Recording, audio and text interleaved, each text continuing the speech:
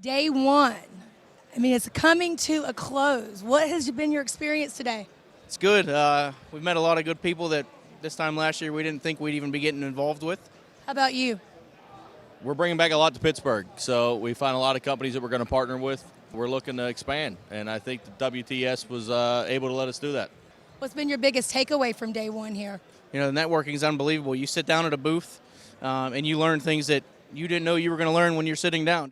So for people that are at home that are in the industry but they're not here, tell them why they should come.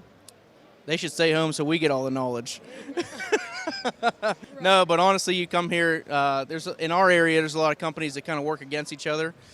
This is more of a, keeping everything together, and it's kind of opened some eyes for us to see how we can possibly do that in Pittsburgh, make things better. Thank you guys so much. Thank you. you.